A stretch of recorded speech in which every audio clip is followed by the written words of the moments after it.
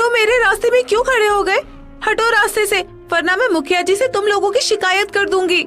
अरे सौम्या, होली आने वाली है। इस बार देखो तुम और भी सुंदर हो गई है। इस बार तुम्हारे साथ होली खेलने में बहुत अच्छा लगेगा। हाँ बिल्कुल सही कह रहा है रवि, इतनी सुंदर लड़की के साथ होली खेलना किसे अच्छा नहीं लगेगा। बोल तैयार है ना? हम लोग तेरे साथ होली खेलेंगे। संभल कर बात करो, मुझे तुम जैसे लोगों से कोई मतलब नहीं है। हटो मेरे रास्ते से। ज्यादा अकड़ मत दिखा, बस कुछ ही दिन बचे हैं। होली वाले दिन कोई तुझे बचाने नहीं आएगा। हाँ बिल्कुल सही कह रहा है माधव, अब चल।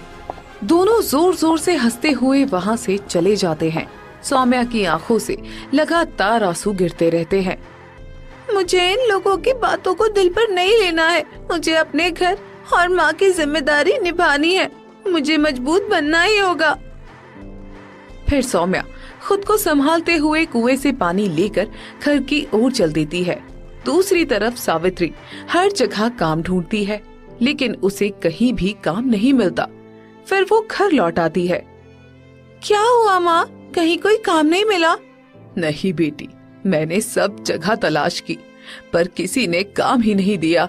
लगता है कि मुझे कोई काम नहीं मिल पाएगा। अगर काम नहीं मिला तो घर की स्थिति क्या होगी पता नहीं।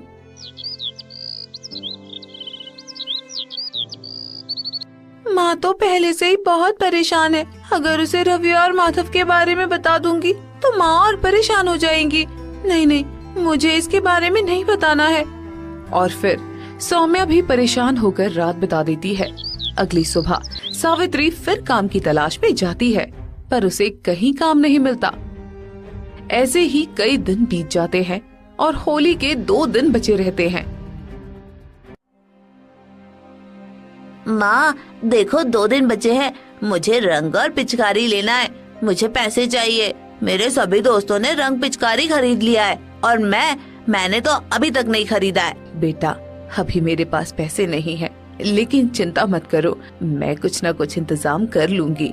बस करो माँ, तुम कितना बहाना बनाओगी? मैं थक गया हूँ आपकी ये बातें सुन सुनकर। मुझे अब और कुछ नहीं सुनना। मुझे बस पैसे चाहिए तो चाहिए। आप कहीं से भी ला करके दो और मुझे बस पैसे ला करके दो। बस करो सोनू, अब तुम बड़े हो गए हो, बच्चे नहीं हो। घर की स्थिति को तुम समझ सकते हो। माँ कितनी मुश्किलों से हम सबके लिए 2 वक्त की रोटी का इंतजाम करती है और तुम हर वक्त माँ से ऐसे बात करते रहते हो। बस करो दीदी, आप भी मेरी नहीं मानती और माँ भी नहीं। मुझे होली मनानी है। आप लोग तो मेरी एक भी बात नहीं सुनते। इससे तो अच्छा था कि पिताजी नहीं मरते और आप ही मर जाती माँ। कम से कम मुझे होली मनाने का मौका तो मिलता। ये